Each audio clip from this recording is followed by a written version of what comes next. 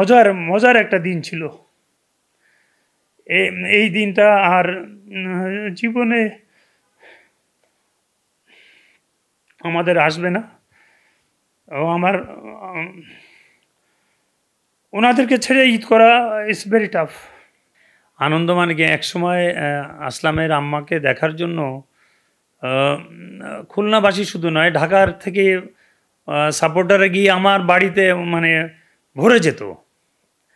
সেটা আসলে এই এই এই প্রজন্ম এর কোনো কিছু এরা অনুভব করতে পারবে না।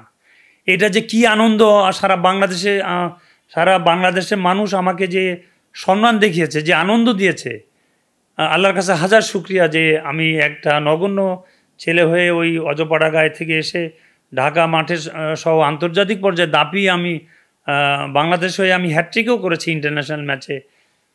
এটা একটা বিরাট প্রাপ্তি। এই প্রাপ্তির কোনো সীমা নাই। তবে আমাদের যে অধ্যবসায় ছিল, আমাদের যে প্রচেষ্টা ছিল, বর্তমান প্রজন্ম এটা দেখলে হয়তো তারা মানে ভাবতেই চিন্তা করতো যে এটা হাউ ইট ইজ পসিবল, যে এত বড়, এত 4 বেলা পর্যন্ত আমি ট্রেনিং করেছি।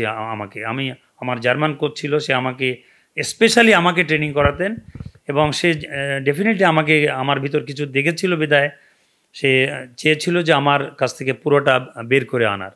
সেই জন্য আমাকে অনেক প্র্যাকটিস করিয়েছে। আমি কৃতজ্ঞ। বেকেল হাফট ছিল আমাদের কোচ, ওনার ওর জন্যই আমি কিন্তু একটা বড় প্লেয়ার হতে পেরেছি আর বাংলাদেশকে কিছু দেওয়ার চেষ্টা করেছি। আর মা বাবার মানে যে প্রাণ ঢালা যে ভালোবাসা, সেটা এই খেলার মাধ্যমেই আমার ছেলে এত বড় প্লেয়ার হয়েছে, এর মাধ্যমে আমি পেয়েছি। তার জন্য আমি খেলাটাকে সবসময় খুব সম্মান দিয়ে চলি। এটা এর থেকে শান্তি আর বিশ্বে কোথাও কোটি টাকা দিয়েও এটা পাওয়া যাবে না। এবং মার বুকে জড়িয়ে ধরতেন। আর প্রথম হলো আমি ঈদ পড়ে যেয়ে প্রথম মিষ্টিটা মার হাতেই খেতাম। সিমাই রান্না করে রাখতেন আমার জন্য, আমি সিমাই ওনার হাতেই খেতাম। এগুলো মজা আসলে ভাবতে খুব অবাক লাগে যে দিনগুলো, এত সুন্দর দিনগুলো এত জলদি চলে গেল। এটাই মানে দুঃখের জায়গাটা। ঈদের চাঁদ নিয়ে আমাদের তো আমার বাড়ির সামনে আমাদের নিজস্ব জমিতে স্কুল করে দেওয়া বিরাট বড় মাঠ, ওই মাঠেই আসলামের জন্ম।